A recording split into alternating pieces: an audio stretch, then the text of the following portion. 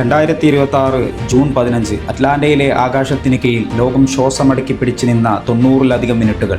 Football ചരിത്രത്തിലെ ഏറ്റവും വലിയ മഹാത്ഭുതത്തിന് ജോർജിയൻ മണ്ണ് സാക്ഷ്യം വഹിച്ച നിമിഷം. ഒരു വശത്ത് ലോക ഫുട്ബോളിനെ വിറപ്പിക്കുന്ന കോടികൾ വിലമതിക്കുന്ന സൂപ്പർ താരങ്ങളുമായി വന്ന യൂറോപ്യൻ ചാമ്പ്യന്മാരായ സ്പെയിൻ. മറുവശത്ത് ലോകകപ്പിൻ്റെ വലിപ്പം പോലും അറിയാത്ത ആദ്യമായി ഈ മഹാമേളയ്ക്ക് യോഗ്യത നേടിയ കേപ്പ് വെർദെ എന്ന കൊച്ചു രാജ്യം.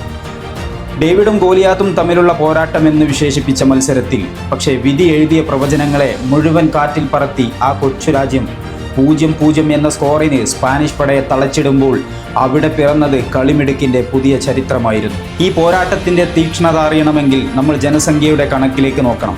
147 കോടിയിലധികം ജനങ്ങൾ തിങ്ങിപ്പാർക്കുന്ന നമ്മുടെ ഇന്ത്യ എന്ന മഹാരാജ്യത്തെ ഒന്ന് സങ്കല്പിക്കുക. അവിടെ നിന്നും അറ്റ്ലാന്റിക് സമുദ്രത്തിലെ കേപ്പ് വെർദെ എന്ന കൊച്ചു ദ്വീപിലേക്ക് നോക്കുക.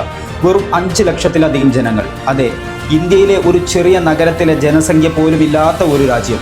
ഇന്ത്യയിലെ ഒരു ജില്ലയുടെ അത്രമാത്രം വലിപ്പമുള്ള ആ മണ്ണിൽ നിന്ന് പന്ത് തട്ടി വളർന്ന 11 പേരാണ് ലോകത്തിലെ ഏറ്റവും മികച്ച ടീമിനെതിരെ നെഞ്ചുവിരിച്ച് നിന്ന് പോരാടിയത്. ജനസംഖ്യയിലെ ആ വലിയ അന്തരത്തെ അവർ തങ്ങളുടെ അസാധ്യമായ കളിവീര്യം കൊണ്ട് മറികടന്നു. മത്സരത്തിലുടനീളം സ്പെയിൻ ഒരു കൊടുങ്കാറ്റായി ആഞ്ഞടിക്കുകയായിരുന്നു. 74% പന്തടക്കവുമായി അവർ കേപ്പ് വെർദെയുടെ ബോക്സിനെ ലക്ഷ്യമാക്കി നീങ്ങി. ഒന്നിന് പുറകെ ഒന്നായി സ്പാനിഷ് പടയാളികൾ കേപ്പ് വെർദെയുടെ പോസ്റ്റിലേക്ക് തൊടുത്തത് 27 മാരക ഷോട്ടുകൾ.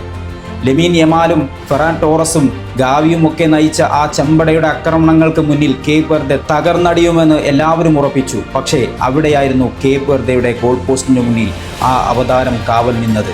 ഒസീഞ്ഞ, 40 വയസ്സ് പ്രായം.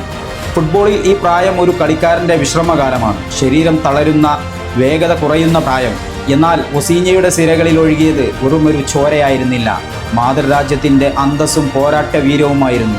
ആ 40-കാരൻ 20 വയസ്സുകാരൻ്റെ വേഗതയോടെ, ഒരു പുള്ളിപ്പുലിയുടെ കൃത്യതയോടെ ഗോൾ വലയ്ക്ക് മുന്നിൽ പറന്നുയർന്നു. മത്സരത്തിൽ മൊത്തം 7 തകർപ്പൻ സേവുകളാണ് ആ കൈകൾ നടത്തിയത്.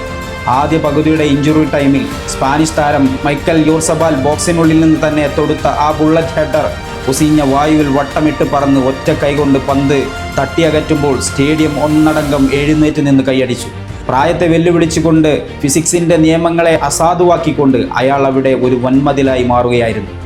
ഒടുവിൽ 90 മിനിറ്റുകൾക്ക് ശേഷം റഫറിയുടെ ഫൈനൽ വിസിൽ മുഴങ്ങുമ്പോൾ സ്കോർ ബോർഡിൽ സ്പെയിൻ 0, കേപ്പ് വെർദെ 0. വിസിൽ കേട്ടപാടെ ആ 40-കാരൻ സിംഹം പുൽത്തകടിയിലേക്ക് മുട്ടുകുത്തി വീണു. അവൻ്റെ കണ്ണുകളിൽ നിന്നും ഒഴുകിയിറങ്ങിയത് സന്തോഷ കണ്ണീരായിരുന്നില്ല, മറിച്ച് ലോകം മുഴുവൻ തങ്ങൾക്ക് നേരെ ഉയർത്തിയ പരിഹാസങ്ങൾക്കുള്ള മറുപടിയായിരുന്നു. ആ കണ്ണീരിന് ലോകകപ്പിൻ്റെ സ്വർണ്ണക്കപ്പിനേക്കാൾ തിളക്കമുണ്ടായിരുന്നു. ചരിത്രത്തിൻ്റെ നെഞ്ചിൽ കേപ്പ് വെർദെ എന്ന പേര് ഒസീഞ്ഞ തൻ്റെ ചോരയും വിയർപ്പും കൊണ്ട് എഴുതി ചേർത്ത രാത്രി.